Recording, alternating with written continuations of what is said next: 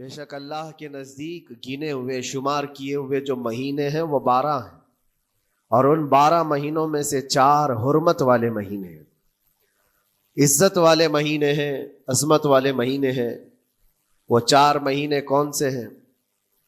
مسلسل ترتیب کے ساتھ ذی القعدہ، ذی الحجہ اور محرم، اور چوتھا مہینہ رجب المرجب جس میں ہم اور آپ زندگی گزار رہے ہیں۔ اس کو رجب الاسم اور رجب الاسب بھی کہا گیا ہے۔ یہ جو 4 مہینے ہیں اس میں جنگ و جدال، قتل و قتال سب حرام ہو جاتی ہیں۔ اس دور میں جو جنگیں ہوتی تھی کفار و مشرکین بھی اپنی تلواریں روک لیا کرتے تھے۔ یہ 4 حرمت والے مہینوں کی سارے لوگ عزت کرتے۔ ان 4 مہینوں میں امن و امان قائم ہو جاتا، جیسے 2 قبیلوں میں جھگڑے ہیں، فساد ہے اور ایک دوسرے سے جنگ پر ہمیشہ آمادہ رہتے ہوں، لیکن ان 4 مہینوں کے اندر امن قائم ہو جاتا تھا، راستے کھل جاتے تھے۔ اور اللہ تبارک و تعالیٰ نے قرآن پاک میں ان 4 مہینوں کی فضیلت بھی بیان فرمائی۔ اس میں رجب کے لیے ایسی فضیلت ہے، اللہ کے نبی صلی اللہ علیہ وسلم ارشاد فرماتے ہیں یہ رجب کے مہینے کی فضیلت ایسی ہے جیسے قرآن کی فضیلت دوسری کتابوں پر ہے۔ دوسری کتابوں میں جس طرح سے افضل قرآن ہے، اس طرح سے رجب المرجب تمام مہینوں میں افضل ہے۔ اور نبی کریم صلی اللہ تعالی علیہ وسلم اس میں عبادت کرنے کے لیے ترغیب دیا کرتے تھے۔ اس کو ترجیب بھی کہا جاتا ہے، اور خاص طور پر رجب کے متعلق بزرگان دین نے فرمایا یہ فصل بونے کا مہینہ ہے۔ کھیتی باڑی والے سمجھ سکتے ہیں کہ اس میں بھی 3 موسم آتے ہیں۔ پہلے بیج کی بوائی کا وقت آتا ہے، پھر اس کی سچائی کا وقت آتا ہے، پھر کٹائی کا وقت آتا ہے۔ تو رجب کا مہینہ یہ فصل بونے کا مہینہ ہے نیکیوں کے، اور شعبان کا مہینہ اسے پانی دینے کا ہے، اور رمضان کا مہینہ فصل کاٹنے کا مہینہ ہے۔ اور رجب کا مہینہ آتے ہی اللہ کے نبی صلی اللہ تعالی علیہ وسلم یہ دعا فرمایا کرتے تھے، اللہم بارک لنا فی رجب و شعبان و بلغنا رمضان۔ سب کو یہ دعا بھی کرنی چاہیے۔ حضور اکرم صلی اللہ تعالی علیہ وسلم یوں عرض کرتے کہ اے اللہ، رجب اور شعبان میں تو ہمیں برکت عطا کر اور ہماری زندگی کو رمضان تک پہنچا دے۔ اب رجب آپ نے دیکھ لیا ہے تو اب کثرت سے یہ دعا کرو کہ مولا اس زندگی کا رمضان ہم سے جانے نہ پائے، رمضان تک ہماری سانسوں کو پہنچا دے۔ یہ دعا کثرت سے ہر نماز کے بعد بھی ہونی چاہیے۔ رجب آتے ہی میرے عزیزوں یہ عبادتوں کا موسم شروع ہو چکا ہے، اور سب جانتے ہیں رجب کے بعد پھر ہمارے ہاں مسلسل ایسی شب بیداریاں اور عبادت کے موسم نظر آنے لگتے ہیں۔ پھر شعبان بھی، اس میں رجب میں بڑی رات آتی ہے، شب معراج، اور اس کے بعد شعبان میں شب برات، پھر اسی طرح رمضان کا موسم بن جاتا ہے۔ تو اب یہ موسم بنانے کا وقت آ چکا ہے۔ تو سب سے پہلی چیز یہ ہے کہ میرے عزیزوں، فصل کے بونے کے لیے کن چیزوں کی ضرورت ہوتی ہے، اس چیز کا خیال رکھیے۔ بیج اگر کھوٹا ڈالے ہو اور ویسی ہی فصل آنے کا انتظار کرو گے تو پھر نہیں ہوگا۔ بیج کو کھرا اور خالص ہونا چاہیے۔ جو نیکیاں کرنا چاہ رہے اس کو صاف ستھرے اچھے ماحول میں کیے جانے چاہیے۔ کھیتی باڑی کرنے والا جانتا ہے بیج تو وہ بو رہا ہے، زمین بھی اچھی ہے، ساری چیزیں، کئی چیزوں کی ضرورت ہوتی ہے۔ بیج بھی اچھا ہو، زمین بھی اچھا ہو، موسم بھی اچھا ہو، تب جا کر کے اس کی فصل نکلتی ہے۔ بیج اچھا تھا، زمین اچھی نہیں تو بھی فصل نہیں آتی۔ بیج بھی اچھا ہے، زمین بھی اچھا ہے، موسم صحیح نہیں ہے تب بھی فصل نہیں آتی۔ ابھی آپ کے پاس 3 چیزوں کا ہونا ضروری ہے، بیج اور زمین اور موسم۔ بیج جو ہے یہ نیکیاں ہیں، اور زمین تمہارا دل ہے، اس کا اتنا ہی پاک ہونا ضروری ہے۔ اور موسم یہ رجب کا ہے، اس میں تو کوئی شک نہیں ہے کہ عبادتوں کا موسم ہے، فصل کی اچھے لانے کا موسم ہے۔ لیکن سب سے پہلی چیز اب ہمیں ضرورت ہوتی ہے کہ ہم کیا بیج بو رہے ہیں۔ شیخ سعدی رحمۃ اللہ تعالی علیہ فرمایا کرتے کہ زمین میں ادرک بو کر کے گنا آنے کی امید تو نہیں کر سکتے، جو بویا ہے وہی اسی کی فصل آئے گی۔ لوگ عمل خیر کرے تو اس کا نتیجہ بھی خیر آئے گا. اور برائیاں کریں اور پھر رمضان میں یہ انتظار کریں کہ میں نے جو بویا ہے اس کی فصل آئے، تو ایسا نہیں ہوتا. بہت سارے لوگوں کا وہ شک بھی میں دور کرنا چاہتا ہوں کہ رمضان المبارکہ میں فضیلتوں کو آپ سنتے آئے ہیں، رمضان ایسا مہینہ ویسا مہینہ، اتنی برکتوں والا، اتنی رحمتوں والا، لیکن بہت سارے لوگوں کے حالات چونکہ تو ہی رہتے رمضان میں ویسی ہی ہیں، وہ لوگ کچھ بھی نہیں بدلے. تو اس میں رمضان کا قصور ہے کہ اس مہمان کا قصور ہے، اس انسان کا قصور ہے؟ وجہ یہ ہے کہ رمضان المبارکہ یقیناً اتنی برکتوں اور رحمتوں اور سعادتوں لے کر کے تو آتا ہے، لیکن تمہیں 2 مہینے پہلے سے کہا گیا تھا کہ فصل کے لیے تیاری کرو. تم نے بیج نہ بوئے، اپنی زمین کو صحیح کیا ہی نہیں. پھر رمضان میں جو بارش ہو رہی ہے اس کا فائدہ کیا ہے؟ روڈ پر 10 سال بھی بارش برسے وہاں پر کوئی فصل نہیں آئے گی، کیونکہ وہ زمین سخت ہے اور بیج بونے کے قابل بھی نہیں ہے. رمضان المبارکہ میں رحمتوں کی جھماجھم بارش تو ہوتی ہے، لیکن دل اگر سخت ہے گناہوں سے تو اس بارش کا کیا اثر ہوگا اس پر؟ اسی لیے دلوں کی نرمی یہاں سے شروع کریں، رجب المرجب سے. اس کی راتوں میں اللہ رب العزت کو پکاریں، مناجات کریں، عبادتوں کے لیے کچھ دن تو خاص کر لیں. بہت دنیا میں ہم نے اپنے آپ کو ملوث کر رکھا ہے، کچھ راتیں اللہ رب العزت کی عبادت میں تو لگائیں. اللہ کے نبی صلی اللہ تعالیٰ علیہ وسلم کی ایک حدیث ہے، جامع الاصول سے نقل کی ہوئی، رجب المرجب کے پہلے جمعے جو ہم لوگ ابھی گزر چکے، ابھی یعنی وہ رات تو گزر چکی، کل کی جو گزری ہوئی رات ہے رجب کی، یہ پہلی جمعہ کی شب تھی. اس کے متعلق روایت ہے کہ 12 رکعتیں جو مغرب کے بعد سے لے کر عشاء کے درمیان پڑھتا ہے، اللہ کریم اس کے تمام گناہوں کو معاف کرتا ہے اور اس سال اس کو پورے طور پر ناگہانی آفات سے محفوظ رکھتا ہے، اور شیطان کے اس پر قابو پانے سے بھی اس کو اللہ محفوظ رکھتا ہے. تو یہ تھی تیاریاں، یہ ساری چیزیں ابھی سے تیاریاں ہونی چاہیے. رجب کے 3 دن آتے ہیں جس کے متعلق فرمایا گیا ہے ایام بیز میں بھی 13, 14, 15 یا 14, 15, 16 یہ جو تاریخیں آتی ہیں اس میں روزے رکھو. اس کی بھی بڑی فضیلت ہے کہ تم تیاریاں ابھی سے شروع کر دو کہ رمضان المبارکہ میں اچھی فصل دیکھ سکے، ہمارے جسم کے اندر بدلاؤ آ سکے، ہمارے دل کے اندر انقلاب آ سکے. اور تیاری یہاں سے نہ کر کے صرف رمضان میں ہی امید لگائے بیٹھتا ہے تو میرے عزیزوں کچھ تو صفائی کی ضرورت ہوتی ہے.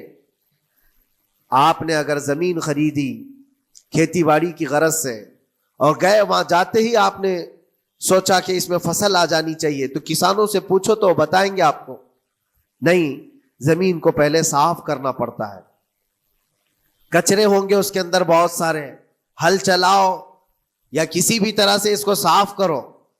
صاف کرنے کے بعد پھر یہ بھی کسان کہتا ہے کہ زمین کو تھوڑا ڈھیلا کر دو، بڑے بڑے ڈھیلے ہوں تو اس کو توڑ دو اور مٹی نرم ہو جائے.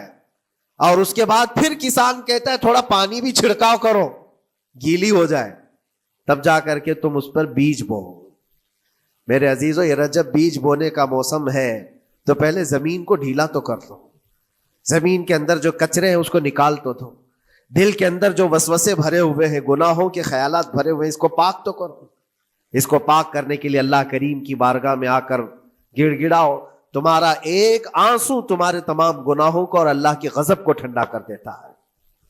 ہاں، ایک آنسو کا قطرہ تمہارے لیے اللہ کریم ہے، موتی سمجھ کے شان کریمی نے چن لیے قطرے جو گرے تھے عرق انفعال کے.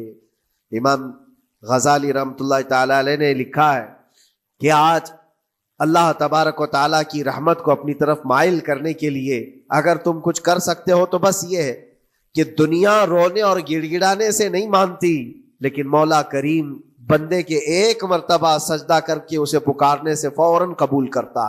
موسیٰ علیہ الصلاۃ والتسلیم اللہ تعالیٰ سے پوچھتے ہیں، مولا جب تیرے بندے تجھے پکارتے ہیں تو اس میں نیک لوگ بھی ہوتے ہیں اور گنہگار بھی ہوتے ہیں، تو کیا تو سب کی پکار کا جواب دیتا ہے؟ توجہ، اللہ رب العزت فرماتا ہے اے موسیٰ میرے پکارنے والے بندوں میں نیکوکار بھی ہیں، گنہگار بھی ہیں. ہاں، نیک بندہ جب مجھے پکارتا ہے یا ربی تو میں جواب میں کہتا ہوں لبیک یا عبدی، اے میرے بندے میں حاضر ہوں، بتا تیری کیا حاجت ہے. پھر موسیٰ علیہ السلام پوچھتے ہیں کہ مولا یہ تو نیک بندہ جب پکارتا ہے تو کہتا ہے لبیک یا عبدی، اور جب گنہگار پکارتا ہے تب کیا کہتا ہے؟ رب تعالیٰ فرماتا ہے جب میرا گنہگار بندہ مجھے پکارتا ہے یا ربی، تو میں اس کے جواب میں 70 بار لبیک یا عبدی کہتا ہوں۔ ایک بار پکارے 70 بار جواب، ایسا کیوں ہے؟ تو فرماتا ہے میرا رب نیکوکار کو اس کی نیکیوں پر بھروسہ ہے کہ اللہ معاف کرے، اور گنہگار کو صرف میری رحمت پر بھروسہ ہے۔ اس کے پاس ہے کچھ نہیں، اس کے آس پاس وہ نظر ڈالتا ہے میں نے کوئی ایسی نیکی رکھی نہیں ہے، صرف اللہ رب العزت کی رحمت ہے جو مجھے معاف کر سکتی ہے۔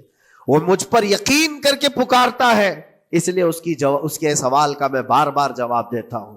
عزیزان گرامی وقار، اقبال نے سچ ہی کہا تھا، ہم تو مائل بکرم ہے کوئی سائل ہی نہیں۔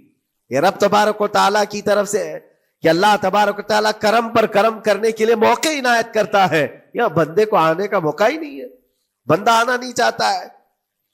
اس سے پہلے کہ تمہارے ساری چیزیں بند ہو جائیں، دروازے ختم ہو جائیں، اللہ رب العزت کی بارگاہ میں آؤ اور اسے پکارو، یقیناً یہ تمام چیزیں تمہاری زندگی میں انقلاب لاتی ہیں، بہت بڑی تبدیلی لاتی ہیں۔ عزیزان گرامی، پھر میں یہ عرض کرتا ہوں کہ رجب کے اس مہینے میں دل کو نرم کرنا بہت ضروری ہے۔ دلوں کی سختیاں آج گناہوں کی طرف مائل کرتی ہیں۔ ہمارا دل سخت ہے یا نرم ہے، اس کو پہچاننے کے کئی تھرمامیٹر دیے گئے ہیں ہمارے پاس، چیک کرو ہمارا دل کس پوزیشن میں ہے آج۔ امام غزالی فرماتے ہیں 3 علامتیں ایسی ہیں جس سے پتہ چل جاتا ہے انسان کا دل سخت ہے یا نرم ہے، بیمار ہے یا صحت یاب ہے۔ یہ ڈاکٹر لوگ اسکیننگ سے یا سونوگرافی سے نہیں بتا سکتے کہ تمہارے دل کی یہ کیفیت، کیسے اس کو اہل بصیرت سمجھ سکتے؟ فرماتے ہیں کہ اگر مسجد میں زیادہ دیر تک بیٹھ نہیں پاتا تو سمجھ لو اس کا دل بیمار ہے، اس کا دل سخت ہو چکا ہے، اس کو مسجد میں بیٹھنے نہیں دیتا۔ یہی دل ٹیلی ویژن کے سامنے 3 گھنٹے بیٹھے، اس کو کچھ بھی اکتاہٹ نہیں آتی، موبائل پر گیم کھیلتا رہتا ہے، 4 گھنٹے گزر گئے کہ 5 گھنٹے گزر گئے اسے پتہ ہی نہیں۔ آج ایک سروے کے مطابق ہر انسان جو موبائل چلاتا ہے اس میں 18 گھنٹے وہ بیزی ہے دن کے۔ کئی جگہوں پر ایسے حالات آئے 18 گھنٹے دن میں ہوتے ہی ہے 24 گھنٹے، جس میں 6 گھنٹے اگر آرام کے نکالے تو باقی پورے 18 گھنٹے کیسے انسان بیزی رہ سکتا ہے؟ اس میں کھانا بھی ہے، پینا بھی ہے، حاجتیں بھی ہیں، لیکن سروے کے مطابق یہ بھی بات آئی ہے کہ 18 گھنٹے کنزیوم کرتے ہیں۔ میرے عزیزوں، اس میں کوئی اکتاہٹ اور اس میں کوئی ملال نہیں آتا، بیزارگی نہیں آتی، اور اللہ کے گھر میں یا فرض سے نماز سے ابھی سلام پھیرا کیا کہ بھاگنے کی تمنا ہوتی ہے۔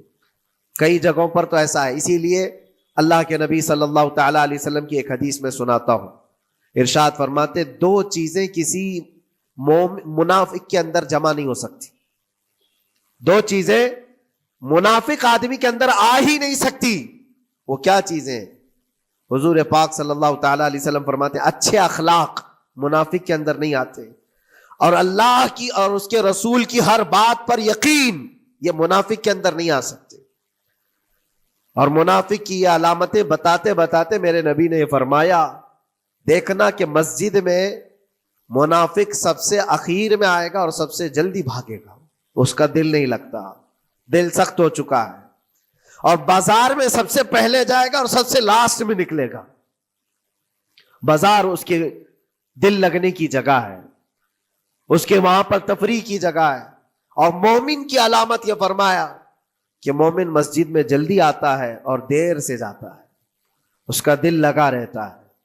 اور مومن بازار میں لوگوں کے شروعات میں نہیں، اپنی ضرورت کے مطابق گیا اور نکل آیا۔ اور فرماتے ہیں میرے آقا صلی اللہ علیہ وسلم، روئے زمین پر سب سے اچھی جگہوں میں سے کوئی جگہ ہے تو اللہ کا گھر ہے، مسجد ہے، اور سب سے بری جگہوں کے متعلق فرمایا وہ بازار ہے۔ اب یہاں پر دلوں کے متعلق میں عرض کر رہا ہوں کہ کس کا دل کس پوزیشن میں ہے، اسے آج خود آزما لینا چاہیے۔ دوسری علامت، امام غزالی فرماتے ہیں قرآن پاک کھولے گا وہ صفحہ 2 صفحہ سے زیادہ پڑھ نہیں پائے گا، بند کرنے کا دل کرے گا۔ یہ تو چھوڑو اٹھانے کے بعد پڑھنے نہ پڑھنے کی بات ہے، کچھ تو چھونا بھی نہیں چاہتے، اٹھاتے ہی نہیں. سال پورا ہو گیا تو قرآن پکڑتے نہیں، تو پھر دل کی کیفیت کیا ہو چکی ہوگی؟ دل کیسا مریض ہوگا؟ بعض لوگ ہم سے یہ کہتے بھی تھے کہ حضرت پڑھنا تو آتا نہیں، کیا کریں گے قرآن کا؟ کہا اٹھانا تو آتا ہے. میں نے ان سے پوچھا قرآن اٹھانا تو آتا ہے، جب قسم کھانے کی بات ہوتی ہے تو کیسے قرآن اٹھا لیتے ہو، سر پہ رکھ لیتے ہو؟ اسی طرح سے قرآن کو ہی اٹھا کر کے سینے سے لگا کر اللہ کی بارگاہ میں دعا کرو کہ مولا میرے دل کے دروازے کھول دے. اور قرآن کوئی سخت چیز نہیں ہے، اللہ وعدہ فرما رہا ہے ہم نے قرآن یاد کرنے کے لیے آسان بنایا ہے. کوئی یاد کرنے والا؟ وہ خود قرآن تمہارے دل میں اتر جائے گا. کوشش کرو. دل کی بیماری کی 2 علامتیں میں نے بتایا. اگر بیمار دل ہے تو زیادہ یہاں بیٹھ نہیں سکتا اور زیادہ دیر قرآن پڑھ نہیں پاتا. تیسری بات فرماتے ہیں کہ تیسری علامت یہ ہے کہ ہمارا دل اگر سخت ہو چکا ہے تو جیب میں پیسے ہوں گے لیکن کوئی مانگ رہا ہوگا اللہ کے نام پر، دینے کی طبیعت نہیں کہیں، دینے کی طبیعت نہیں کرتی. اور یہ چیز ہاتھ اٹھانے کو تمہارا دل نہیں کرتا تو سمجھ جاؤ کہ دل بیمار ہے. اور دل کی بیماری لے کر کے اگر کوئی رجب میں سوچتا ہے کہ میں بیج بوؤں گا تو کیا فائدے کا؟ زمین سخت ہے، زمین سخت ہے اور اس پر بارش بھی ہوگی تو کچھ فرق نہیں پڑتا، فصل نہیں آئے گی. دل کو نرم کرو. اور ایک علامت میں بتاؤں، اور ایک علامت کہ دل نرم ہے یا سخت ہے، اس کی ایک علامت یہ بھی ہے، اللہ کا جب ذکر کرے، جنت کا جب ذکر کرے، جہنم کے عذابات کا ذکر کرے، قبر کے معاملات کا ذکر کرے، حشر کے سوالات کا ذکر کرے، تو اس کی آنکھیں ڈبڈبا جائیں اور آنسو نکل آنے لگیں. قرآن کی آیتیں سن کر کے اس کا دل ہلنے لگے اور آنسو آ گئے تو سمجھ جاؤ کہ اس کا دل نرم ہے. ابھی اس کا دل بیمار نہیں ہوا، ابھی اس کا دل بیمار نہیں ہوا. لیکن یہاں تو پوزیشن الگ ہے، سچویشن الگ ہے. ہم تو پتہ نہیں کن کن چیزوں میں رو لیتے ہیں، لیکن اللہ کا کلام سنتے ہوئے کسی کے کان پر جوں بھی نہیں رینگتی. لوگ تو گانوں پر تھرکنے والے اور نغموں پر اچھل کود کرنے والے وجد کی بات کرتے ہیں، لیکن اللہ کا کلام پڑھنے پر کوئی کسی کو وجد کیوں نہیں آتا؟ یہ ایمان کی علامت ہے. قرآن میں اللہ نے فرمایا وَإِذَا تُلِيَتْ عَلَيْهِمْ آيَاتُهُ زَادَتْهُمْ ایمانا. جب اللہ کی آیتیں ان پر تلاوت کی جاتی ہیں، مومنین پر، ان کا ایمان بڑھ جاتا ہے. کیا آپ امام کے پیچھے قرات سن کر کے اپنے دل میں ہلچل محسوس کرتے ہیں؟ سننے کی طبیعت کرتی ہے. بلکہ ادھر نماز پڑھ کر کے جانے کے بعد آدھے گھنٹے کے بعد پوچھے آج پہلی رکعت میں کیا پڑھا تھا، دوسری رکعت میں کیا پڑھا، آپ کو پتہ ہی نہیں رہتا. یاد ہی نہیں امام صاحب کیا پڑھ رہے تھے، میں تو دکان کا حساب کتاب کر رہا تھا، کیا خبر ہے کہ انہوں نے کیا پڑھا. تو قرآن کو توجہ سے پڑھے ہوتے تو تمہارے دل میں بھی وہ باتیں اثر کر رہی ہوتی. میرے عزیزوں، کتنے ایسے لوگ ہیں جو صرف اور صرف قرآن پاک کی تلاوت کی وجہ سے دلوں کو نرم کر دیا گیا ہے. میں اسی بات پر آج فوکس کر کے ختم کر دوں گا. رجب المرجب بیج بونے کا موسم ہے تو دل کے نرمی کے ساتھ ہی بیج بو، کیونکہ یہ زمین ہے تمہاری، اور زمین نرم نہ ہو تو کتنی بھی نیکیاں کرو کیا فائدے کی.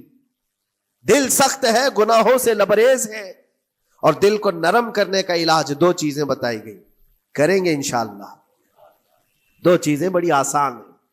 اگر دل کو نرم کرنا ہے تو 2 چیزیں فرمائی گئی، کثرت سے قرآن پاک کی تلاوت کرو یا کثرت سے میرے نبی پر درود پاک پڑھا کرو. 2 چیزیں کر کے دیکھو، تمہارا دل نرم ہو جائے گا. اور بھی دوسری علامت، دوسرے علاج بھی میرے آقا نے فرمایا. ایک صحابی آئے تھے، انہوں نے عرض کیا یا رسول اللہ صلی اللہ علیہ وسلم، لوگ آپ کے پیچھے نماز پڑھتے ہیں تو زاروں قطار رونے لگتے ہیں، جب آپ دعا کرتے ہیں تو وہ دھاڑے مار کر کے روتے ہیں. میں کبھی رو نہیں پاتا، میرا رونا نہیں آتا، میں بھی قرآن سنتا ہوں، میں بھی آپ کے پیچھے نماز پڑھتا ہوں. تو حضور پاک صلی اللہ علیہ وسلم نے فرمایا تمہارا دل سخت ہو گیا ہے، تمہارا دل سخت ہو گیا ہے. انہوں نے کہا کیا کروں، علاج کیا ہے اس کا؟ وہ مسیحا امت ہے میرے آقا، ہر ایک کا علاج جانتے ہیں، کس کو کون سا علاج دینا ہے. نبی پاک صلی اللہ تعالی علیہ وسلم فرماتے ہیں جاؤ کسی یتیم بچے کے سر پر ہاتھ پھیرو، اللہ تمہارا دل نرم کرے گا. ان کے لیے وہ علاج رکھا گیا تھا. جس کو جیسا علاج بتایا میرے آقا صلی اللہ علیہ وسلم نے، کسی یتیم کے سر پر ہاتھ پھیرو دل نرم ہوگا، لیکن دل کے نرم ہونے کے علاج اللہ کے نبی صلی اللہ علیہ وسلم کے شفا خانے میں ہے۔ ہاتھ سے آپ کثرت سے درود پاک پڑھو، پھر دیکھو آپ کے دل کے اندر انقلاب آتا ہے یا نہیں آتا۔ آپ کے چہرے کا نور بڑھ جائے گا، زبان کا اثر بڑھ جائے گا، عمل خیر کی طرف رغبت بڑھ جائے گی۔ کثرت سے جب بندہ حضور پاک صلی اللہ علیہ وسلم پر درود پڑھتا ہے، اس کی زبان سے جھوٹ نکل جاتا ہے، گالی اس کی زبان پر نہیں آ پاتی ہے، کیونکہ وہ پاک کرتا چلا جاتا ہے اپنی زبان کو اللہ کے نبی کا نام لے کر کے۔ میرے عزیزو، اس میں دقت کیا ہے درود پاک کثرت سے پڑھنے میں؟ آپ جہاں چل رہے ہو، پھر رہے ہو، اٹھ رہے ہو، بیٹھ رہے ہو، انتظار میں ہو، سونے کے لیے جا رہے ہو، زبان ہی تو ہلانا ہے میرے نبی پاک صلی اللہ علیہ وسلم کی بارگاہ میں درود پڑھ کر کے۔ اور ضروری نہیں ہے کہ بہت لمبے لمبے درود پاک آپ کو یاد کرنے ہو، صلی اللہ علیہ وسلم بھی پڑھ لیا تو یہ درود پاک ہے، یہ درود پاک ہے۔ یا تو پھر الصلاۃ والسلام علیک یا رسول اللہ کہتا ہے تو یہ بھی درود پاک ہے، درود پاک ہے یہ۔ اور دل جب نرم ہو جائے گا تو انشاءاللہ العزیز آپ اس کے اثر بھی دیکھیں گے، اس کے اثر بھی دیکھیں۔ کیسے کیسے لوگوں کی بات میں کروں میرے عزیزوں، آپ کو پتا ہے تاریخ کے اوراق الٹ کر کے دیکھو۔ ایک صحابی حضرت نعیم وہ راستے پر گزر رہے تھے، دیکھا ایک کڑیل جوان مکہ کا جس کو سارے لوگ دیکھ کر پہلوان کہتے اور ڈرتے تھے، گھبراتے تھے۔ 27 سال کا کڑیل جوان ہے اور ہاتھ میں تلوار کھینچے ہوئے تیزی سے آ رہا ہے۔ یہ پہلوان کوئی اور نہیں عمر ابن خطاب ہے۔ حضرت نعیم کہتے دیکھ کر کے میں گھبرا گیا، اتنی تیز اور ترار چال اور چمکتی ہوئی تلوار، کہاں کا ارادہ ہے؟ پوچھا حضرت نعیم نے کہاں جا رہے ہو؟ عمر ابن خطاب نے کہا محمد کا قتل کرنے جا رہا ہوں، معاذ اللہ رب العالمین، اس لیے کہ ایمان لائے ہوئے نہیں تھے۔ یہ دلوں کی سختیاں ہیں، یہ دلوں کا منجمد ہونا بتا رہا تھا کہ وہ نبی پاک صلی اللہ علیہ وسلم کے قتل کے لیے نکلے۔ حضرت نعیم نے صرف راستہ روکنے کے لیے ان سے کہا ان کا بعد میں قتل کرنا، پہلے تیری بہن اور بہنوی کا گھر بھی دیکھ لے، وہ بھی تو کلمہ پڑھ رہے ہیں، وہ بھی تو کلمہ پڑھ رہے ہیں اسی رسول کا۔ تو غصہ اور بڑھ گیا کہ میرے گھر میں یہ ہو چکا ہے، میں تو جس کا قتل کرنے جا رہا ہوں وہ میرے گھر تک آیا ہوا ہے۔ کہا پہلے میری بہن اور بہنوی کا کام تمام کرتا ہوں۔ اسی غرض سے وہ آئے تھے، اور جس وقت اپنے بہن کے گھر کے باہر کھڑے تھے، اتفاق ایسا کہ اندر سے قرآن کے پڑھنے کی آواز آ رہی تھی۔ ایک صحابی حضرت خباب، وہ قرآن پڑھا رہے تھے حضرت عمر کی بہن کو اور ان کے بہنوی کو، اور کیا بہترین انداز رہا ہوگا جو رسول اللہ سے ڈائریکٹ سنے ہوئے لوگ تھے۔ اللہ کا کلام اترا ہوا ہے جن کے اوپر، وہ اس وقت حاضر رہے ہوئے لوگ ہیں، قرآن کو پڑھ رہے تھے۔ طٰہٰ ما انزلنا علیک القرآن لتشقی الا تذکرۃ لمن یخشی۔ عرب لوگ اچھی طرح سے جانتے تھے ایک ایک حرف کا معنی کیا ہوتا ہے، وہ عربی جانتے تھے، ان کی مادری زبان تھی، اور اس قرآن کے اندر جو مٹھاس تھی۔ عمر ابن خطاب کان لگا کر سنتے رہے سنتے رہے سنتے رہے، لیکن غصہ جو اندر سے تھا، دل کی جو سختی تھی، آئے تھے مارنے کے لیے، دروازہ زور زور سے ٹھوکنے لگ گئے، اندر لوگ ڈر گئے۔ حضرت خباب کو چھپا دیا، بہن اور بہنوی نے دروازہ کھولا، دروازہ کھلتے ہی ان پر حملہ آور ہو گئے۔ عمر ابن خطاب مارا، اپنے بہنوی کو بہت مارا کہ تم یہ کیا کر رہے ہو، دین بدل چکے ہو، یعنی تم یہاں سے نکل کر کے دوسری جگہ چلے گئے ہو، صحابی ہو گئے ہو۔ اپنی بہن کو بھی مارا، یہاں تک کہ ان کی ناک پھٹ گئی۔ جب لہو لہان ہو گئے تو عمر ابن خطاب نے دیکھا کہ میں اپنی بہن اور اپنی بھائی کو مار رہا ہوں۔ پھر تھوڑی دیر کے لیے دل میں رحم آیا، اور دل میں رحم آیا کس چیز کا، کس چیز کی وجہ سے نرم ہوا دل میرے عزیزوں؟ بھائی اپنے بہنوی کی اور اپنی بہن کی پٹائی کو دیکھ کر کے نہیں، ان کو دیکھا تھوڑی دیر کے بعد اور کہا چلو چھوڑو، جانے دو، جو ہوا سو ہوا، لیکن جو تم لوگ پڑھ رہے تھے میرے آنے کے وقت مجھے دوبارہ پھر سے سنا دو۔ وہ کیا کلام تھا، وہ کون سا کلام تھا؟ اتنا سننا تھا کہ بہن نے محسوس کر لیا کہ دل کی نرمی کا دروازہ کھل چکا ہے۔ یہ قرآن ہے جس نے دلوں کے دروازے کھولے ہیں، مکہ والوں کے قرآن ہے، دل کی نرمی کی طرف دروازہ کھل چکا ہے۔ تو عمر ابن خطاب سے کہا کہ تم غسل کر لو، تم پاک ہو جاؤ، ہم قرآن تمہیں سناتے ہیں۔ اور انہیں پاک کیا گیا، تو حضرت خباب جلدی سے باہر آئے، کہا میں سناتا ہوں۔ حضرت عمر کو جب یہ آیتیں سنائی گئی جھوم کر کے سننے لگے۔ قرآن کی وہ آیتیں 16 یا 17 آیتیں ہی سن پائے تھے کہ ان کے جسم کے اندر راشا تاری ہوا، کپ کپی آئی۔ کہا کہ چلو محمد کے پاس صلی اللہ تعالی علیہ وسلم، مجھے لے کر کے چلو، میں ان سے بات کرنا چاہتا ہوں۔ میرے عزیزو، بھائی اور بہنوی اور بہن لے کر کے چلے، اور اس وقت حالات سخت تھے مکہ کے۔ حضور پاک صلی اللہ تعالی علیہ وسلم کے پاس 39 صحابہ تھے جو ایمان لائے ہوئے، اور پہرے داری میں امیر حمزہ کھڑے رہتے تھے کہ کوئی آئے گا تو میں اس کی برابر خبرگیری کروں گا۔ عمر ابن خطاب کو تلوار لٹکاتے ہوئے آتے دیکھا تو صحابہ گھبرا گئے۔ مکہ کا بڑا پہلوان ہے، اس کو بھڑکا کر کے لوگوں نے بھیج دیا ہوگا، اب کیا ہوگا؟ یہ پٹائی بہت بری طرح سے سب کی کرے گا، غریب صحابہ ہے، اور حضور پر ہاتھ نہ اٹھا دے۔ سب ڈرنے لگے۔ حضور پاک صلی اللہ علیہ وسلم سے آ کر کہنے لگے کہ یا رسول اللہ صلی اللہ علیہ وسلم، عمر آ رہا ہے اور ہاتھ میں تلوار ہے۔ اللہ کے نبی صلی اللہ علیہ وسلم نے فرمایا وہ میری گردن نہیں، اپنی گردن دینے آ رہا ہے۔ وہ میری گردن لینے نہیں، اپنی گردن دینے آ رہا ہے۔ وہ مخبر صادق صلی اللہ علیہ وسلم جانتے ہیں کون میرا غلام ہے اور کون منافق ہے۔ عمر ابن خطاب آئے تو حضور نے فرمایا راستہ دے دو۔ آتے ہی انہوں نے تلوار زمین پر پھینک دی۔ چہرے جمال جہاں آرا کو دیکھا۔ حضور پاک صلی اللہ تعالی علیہ وسلم سے پوچھا، پھر وہ آیتیں سنائے۔ اب سوچو میرے عزیزو، صحابی سے سننا، یہاں تو ہم قاری قرآن سے سنتے ہیں قرآن کی آیتیں، 1400 سال کے بعد آج بھی قرآن کا وہ اثر لگتا ہے دل کے اوپر۔ یہ ان سے جو 1400 سال کے بعد جس قاری قرآن سے سنا، وہ تو صحابہ سے سنے تھے، اور صحابہ سے بڑھ کر کے اللہ کے نبی سے جو قرآن سنا ہو، خود نبی پاک کی زبان اقدس سے۔ اور جب اللہ کے نبی صلی اللہ تعالی علیہ وسلم نے آیتیں تلاوت کی، عمر ابن خطاب کی آنکھوں سے آنسو شروع ہو گئے، زارو قطار رونے لگے، اور پھر پکار کر کہا اشہد ان لا الہ الا اللہ واشہد انک رسول اللہ، میں گواہی دیتا ہوں کہ اللہ کے سوا کوئی معبود نہیں، اور میں گواہی دیتا ہوں کہ آپ اللہ کے رسول ہیں۔ میرے عزیزو، عمر ابن خطاب رضی اللہ تعالیٰ عنہ کو اس طرف لانے والا، دل کو نرم کرنے والا، یہ قرآن پاک اللہ کا کلام ہی تو ہے۔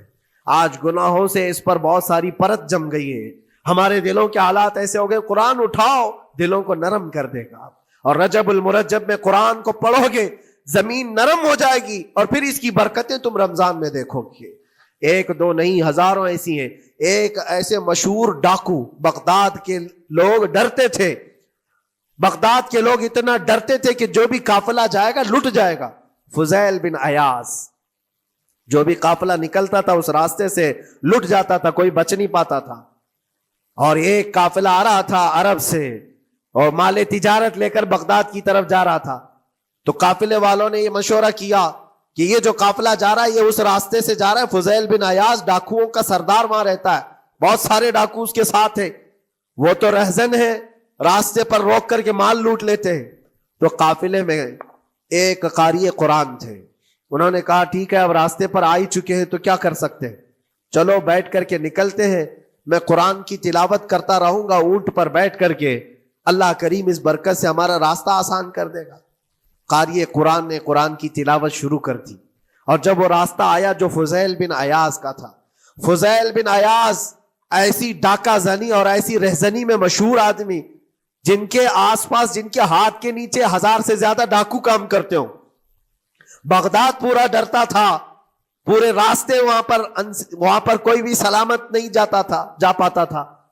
اس راستے پر ایک قاری قرآن جب آیا، میرے عزیزو تلاوت کیا کر رہا تھا؟ سورۃ الحدید کی آیت تھی، الم یأن للذین آمنوا ان تخشع قلوبهم لذکر اللہ، وہ قرآن کی آیت ہے۔ اللہ کے کریم فرماتا ہے کیا ایمان والوں کے پاس ابھی وہ وقت نہیں آیا کہ اللہ کا ذکر سنتے ہی یا اللہ کا ذکر ہوتے ہی ان کا دل کانپنے لگ جائے، ان کا دل ہلنے لگ جائے؟ فضیل بن عیاض کے کانوں میں یہ آیت پڑھ رہی تھی، قاری قرآن بار بار اس آیت کو پڑھ رہا تھا۔ کیا وہ وقت ابھی ایمان والوں کے پاس نہیں آیا کہ وہ اللہ کے ذکر سے دہل جائیں؟ اتنا اثر کر گئی آیت، اتنا اثر کر گئی، فضیل بن عیاض نے ہتھیار پورے پھینک دیے اور چیخ چیخ کر کے کہنے لگا آنا لنا ربنا آنا لنا ربنا، اے میرے رب وہ وقت آ چکا ہے، اے میرے رب وہ وقت آ چکا ہے۔ سارے ڈاکوؤں سے کہا سجدہ ریز ہو جاؤ، اس لیے کہ اللہ کا کلام ہمیں بلا رہا ہے۔ برسوں سے ڈاکہ زنی کرنے والے، برسوں سے راستے لوٹنے والے، قرآن کی ایک آیت نے دل بدل دیا، دل کے ایسا انقلاب آیا، سب کچھ چھوڑ دیا اور اس کے بعد نکلے۔ اللہ اکبر۔ جانتے ہو فضیل بن عیاض کون ہے؟ فضیل بن عیاض وہ ہے جن کا نام لیتی سرکار غوث پاک بھی ادب کیا کرتے تھے۔ فضیل بن عیاض، اللہ تبارک و تعالیٰ نے ولایت کا وہ مقام عطا کر دیا، بڑے بڑے اولیاء کرام ان کے پاس آنے لگے۔ اپنے زمانہ جوانی کا زمانہ ڈاکہ زنی میں گزرا تھا، لیکن جب پھر وقت آیا توبہ کا اور دل کے بدلنے کا تو اللہ نے وہ مقام دیا۔